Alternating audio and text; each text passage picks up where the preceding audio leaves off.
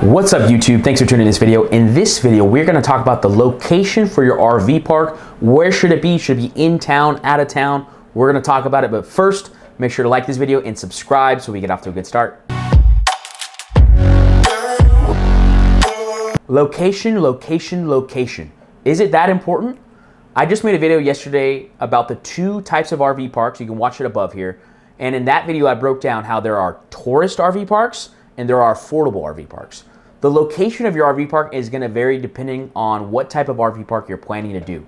If you're planning to do a tourist RV park, that is going to vary much differently compared to if you're doing an affordable RV park. If you're doing a tourist RV park, the location is very important. You need to be close to the attraction. You need to be close to an area in which there's a lot of money coming in, where the economy is set for a travel or tourist area. If you're doing an affordable RV park, the location's not as important. What's important is that you're filling a demand. And this is an interesting concept because I have an affordable RV park and I bought my property a little bit out of town. So my town that I'm in Central Texas has roughly about 25,000 people, and I bought about 15 minutes out of town. When I bought my property, I was kind of concerned, like, hey, I don't know if I'm going to be able to get these people out here. I don't know if people are going to be willing to drive, 15, 20 minutes out of town. I was thinking about that a lot as I was developing the RV park and wondering if I could get these people out here.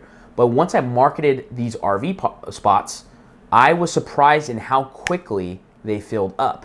And the reason why they filled up was because I was fulfilling a demand in the area, which was that there are no places to stay that are affordable. So I think for you, if you're going to be in an affordable RV park, the location's not as important. I think you can buy, 15, 20 minutes out of town. I wouldn't say further than 20 minutes, really. I think at that point, like 25, 30, it begins to get difficult depending on the size of the city in which you're in.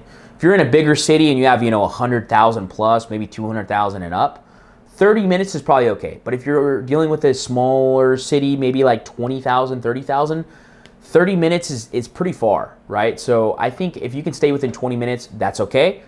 But with the advent of the internet and with all the amenities that we have now to be able to find RV parks and find these places to stay, I think, buying 15, 20 minutes out of town is no problem. And as a matter of fact, you can even use that to your advantage. And that's kind of what we did, is we market ourselves as, we are, because we're in the Texas Hill Country, so we kind of market our RV park as a beautiful stay in the Texas Hill Country in nature. You can see the stars.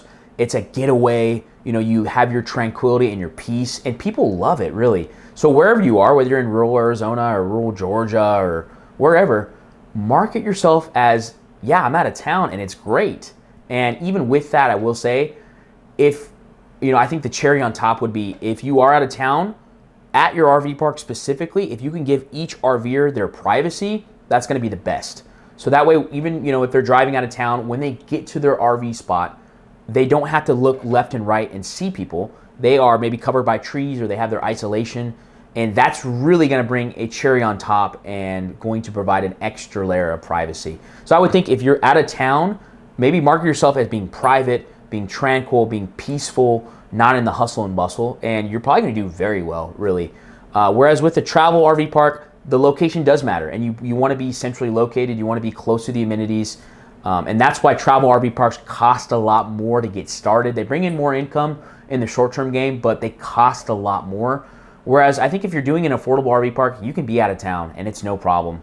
And you can, market yourself as being peaceful and tranquil, but try to stay within that 25-minute range.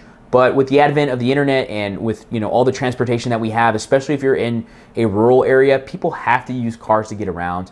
And, if you market yourself a little bit using, Facebook, Craigslist, Google, using the maps, people can find you, tell family and friends, and you'll get full within a short period of time. And that's just kind of my opinion on locations. I think if you can get a centrally located area as an affordable RV park, great, perfect. You're going to get, you can probably charge a little better pricing and you're going to definitely get full quick. But if you're 15, 20 minutes out of town, no problem. I think you have no problem getting people out there. Spice it up a little bit though. Give the RVers a little bit of privacy and I think you'll do fantastic. But thank you so much for watching, guys. Hopefully you got some value out of this video. If you did, give it a thumbs up. Make sure to subscribe. If you want to see how I started my RV park, watch this video to the side here. If you want to see my story how we went from busboy to RV park owner, watch this video to the side here as well. Thanks again for watching, and we'll see you in the next video.